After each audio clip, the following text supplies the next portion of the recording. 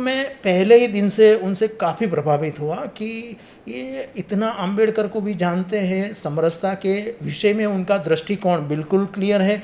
तो उस समय मैंने देखा कि बाबा साहब अंबेडकर मोदी साहब के लिए एक व्यक्ति नहीं है, उनके लिए एक विचार है।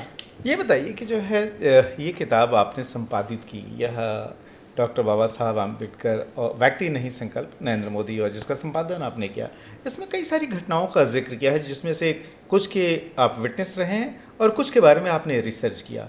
जैसे कि यह कई जगह जिक्र आता है कि नरेंद्र मोदी का जो खुद का बाल्यकाल था, जब वो वड़नगर में रहकर पढ़ाई कर रहे थे, उस समय उन्होंने पीला फूल करके एक नाटक उसका मंचन किया था, बल्कि उस को एक तरह से उसका कॉन्सेप्ट भी उनका था।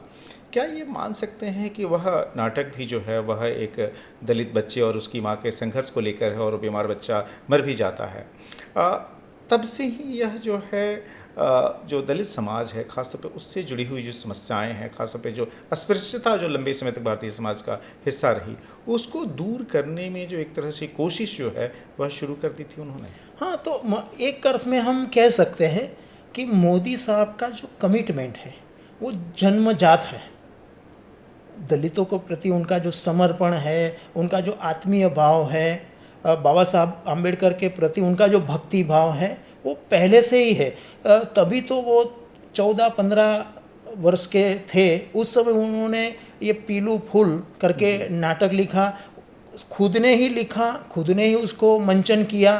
तो ये जो उन्होंने घटना उसमें मतलब ये लिखा है जो नाटक, वो इतना मार्मिक, इतना हमें हृदय में पीड़ा हो इस प्रकार का उन्होंने लिखा। तो मेरे मन में ये पीला फूल पढ़ के कभी कभी आता है कि इतना 14-15 साल का उस समय का जो युवा किशोर बोल सकते हैं हम, तो उनके अंतःकरण में कितनी ये संवेदना है, पीड़ा है, ये अस्पृश्यता को लेकर, ये जो समाज का जो मानसिक रोग है उसको लेकर। ये पीलू फूल में उन्होंने लिखा है कि एक माँ है, उसका बच्चा है, बच्चा बीमार हो जाता है, और बीमार इतना हो जाता है कि उसके लिए दवा की ज़रूरत पड़ती है। तो वो अनेक लोगों से मिलती है, कोई दवाई करने के लिए कोई वैद्य भी तैयार नहीं होता।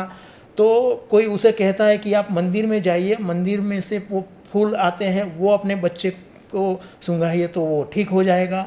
तो उनको वो मंदिर जाती है तो मंदिर में उनको प्रवेश नहीं मिलता।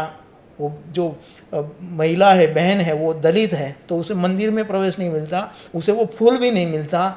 वो रोती हुई, बिलखती हुई मांगती है फूल, मगर उसे देते नहीं हैं, मंदिर में भी अंदर प्रवेश नहीं होने देता। वो घर आती है तब उसका बच्चा मर गया है। मतलब इतना मार्मिक, इतना पीड़ादायक, इतना संवेदनशील उन्होंने ये उस समय उन्होंने नाटक में लिखा है। तो उनका कमिटमेंट बाल्यावस्था से है, जो आज भी हमें दिखाई देता है।